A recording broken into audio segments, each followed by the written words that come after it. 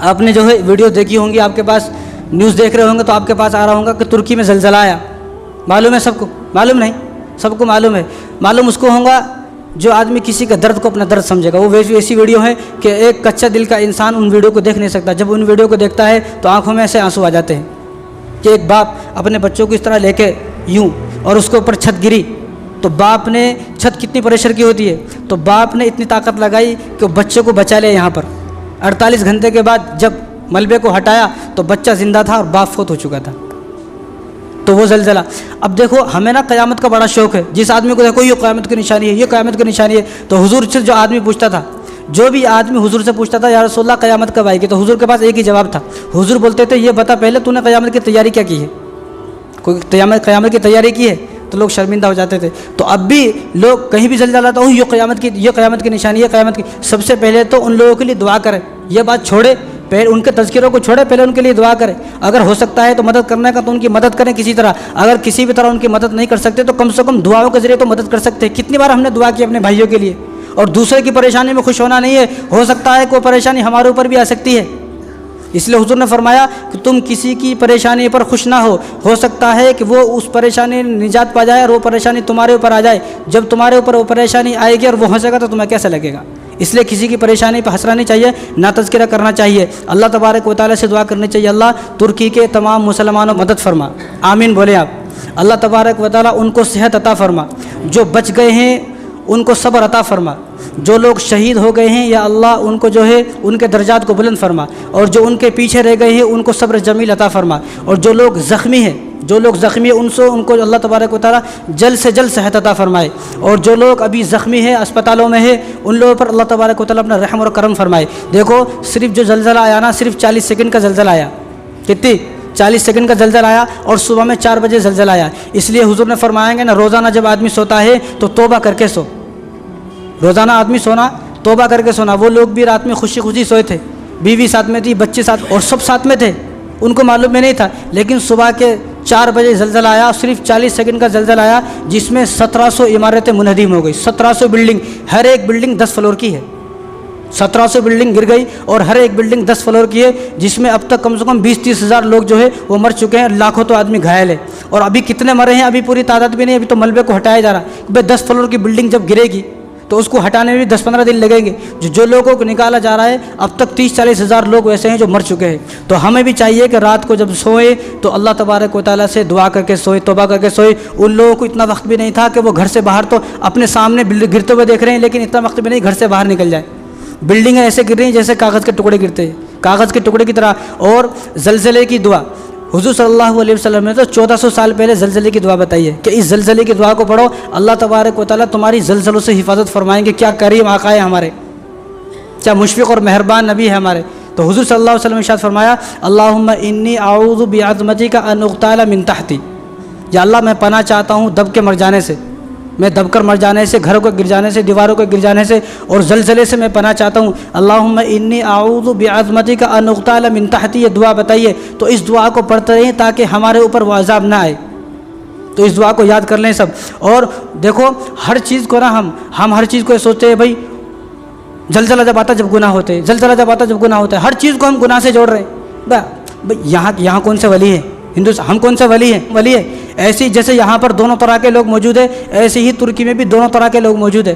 ہم لوگ نا بہت جلدی جو ہے گناہ سے جوڑ دیتے ہر چیز کو. سب سے پہلے جو زلزلہ آیا ہے وہ حضرت عمر رضی اللہ عنہ کے زمانے میں آیا. سب سے پہلے زلزلہ عمر رضی اللہ عنہ کے زمانے میں. تو صحابہ آئے، صحابہ نے پوچھا یہ امیر المؤمنین یہ کیا ہوا کہ زلزلہ آیا؟ تو حضرت امیر المؤمنین نے جو بات ارشاد فرمائی وہ عجیب بات ہے. وہ باتیں سب اپنے دل پر لکھ لے. تو عمر رضی اللہ تعالیٰ نے فرمایا یہ زلزلے اس لیے آتے ہیں جب آدمی دین کے اندر نئی نئی چیزیں پیدا کرتا ہے تو اللہ تبارک و تعالیٰ زلزلوں کو بھیجتے ہیں. جب آدمی دین کے اندر نئی نئی چیزیں، آج ہمارے دیکھو نئی نئی چیزیں پیدا ہیں ہمارے گھر کے اندر. آدمی کو پھر بھی سمجھا سکتے ہیں، ہم سمجھ میں آتا. بڈھی کو سمجھ میں نہیں آتا، انہیں بولتی یہ کل کا بچہ ہمارے کو سمجھاتا، ہمارے سامنے پیدا ہوئے سو بچہ سمجھاتا ہمارے کو. تو زلزلہ سب سے پہلے عمر رضی اللہ عنہ کے زمانے میں آیا. تو عمر رضی اللہ عنہ سے جب صحابہ نے پوچھا تو انہوں نے فرمایا کہ تم دین کے اندر نئی نئی باتیں نکال رہے ہو، نئی نئی باتیں ایجاد کر رہے ہو، اس لیے زلزلے آ رہے ہیں. لہٰذا تم دین کے اندر نئی نئی باتوں کو نہ نکالے تو یہ زلزلے نہیں آئیں گے. اور پھر فرمایا عمر رضی اللہ عنہ نے اگر تم دین کے اندر نئی نئی باتیں نہیں نکالتے تو ٹھیک ہے، اگر دین کے اندر نئی نئی باتیں نکالو گے، نیا دین بنا کے پیش کرو گے تو لہٰذا میں تمہارے اندر نہیں رہوں گا۔ تو اس لیے ہمیں چاہیے کہ ہم توبہ کریں، استغفار کریں، صدقہ کریں، لوگوں پر رحم کریں، لوگوں کے ساتھ حسن سلوک کریں، لوگوں کے ساتھ اچھائی سے پیش آئے، اور ہر چیز کو جو ہے نا وہ گناہ گار سے نہ جوڑے۔ میں نے کتنے لوگوں سے اپنے کانوں سے سنا ہے، کتنے لوگ بول رہے اور وہاں یہ گناہوں کی وجہ سے آتا نا، لگتا ہے وہاں بہت زیادہ گنہ گار تھے۔ بھائی وہاں ہر گھر میں ایک حافظ قرآن موجود ہے، ہمارے تو پوری بستی میں حافظ قرآن نہیں ہے۔ تو کچھ آزمائشیں ایسی ہوتی ہیں کہ اللہ تبارک و تعالیٰ ان آزمائشوں کے ذریعے آزماتے ہیں۔ اگر کوئی آدمی نیک ہے، نیک آدمی پر کوئی مصیبت آئی، اس پر صبر کرتا ہے تو یہ اللہ کی رحمت ہے اس کے اوپر، اس کے ذریعے سے اللہ تبارک و تعالیٰ اس کے گناہوں کو معاف کرنا چاہتے ہیں۔ اگر کوئی آدمی برا آدمی ہے، اس پر عذاب آئی، اس پر کوئی مصیبت آئی، تو اس کا مطلب یہ ہے کہ اللہ تبارک و تعالیٰ کا اس کے اوپر عذاب ہے، عذاب۔ تو ہر مصیبت کو گناہ سے نہیں جوڑنا چاہیے۔ اگر میں 2-3 مثال بتا کے ختم کرتا ہوں، اگر ہر مصیبت گناہ کی وجہ سے آتی تو ابو بکر رضی اللہ تعالیٰ کا زمانہ ہے اور قحط پڑ گیا، قحط اتنا قحط پڑا کہ لوگ بھوک سے مرنے لگے، تو عثمان رضی اللہ تعالیٰ کے 1000 اونٹ آئے۔ 1000 جب اونٹ آئے ملک شام سے تجارت کے، تو انہوں نے اس کو تقسیم کیا۔ اب جو یہ صحابہ کیسے صحابہ تھے ابو بکر رضی اللہ تعالیٰ کے زمانے میں، ابو بکر صدیق رضی اللہ تعالیٰ کے زمانے میں قحط آ رہا، کیا وہ لوگ گنہگار تھے؟ معاذ اللہ یہ سوچ بھی نہیں سکتے۔ جو آدمی سوچے گا وہ اسلام سے خارج ہے۔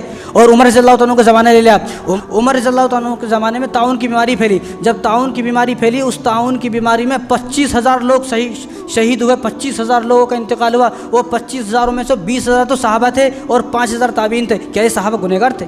تو ہر چیز کو گناہوں سے نہ جوڑے۔ حالانکہ عمر رضی اللہ تعالیٰ عنہ نے یہ قانون بنایا کہ جتنے لوگ قید میں سب کو رہا کر دیا جائے۔ اب اگر کوئی آدمی چوری کرے گا، ان طاعون کی بیماری ایسی پھیل گئی اور اتنا قحط سالی اور لوگ جو ہے بھوک سے ایسا مرنے لگے کہ انہوں نے چور کو معاف کر دیا۔ بھئی جو چور ہے اس کے، اب کوئی آدمی اگر چوری کرے گا، ڈاکہ ڈالے گا، اس کو ہاتھ نہیں کاٹے جائیں گے، سب کو معاف۔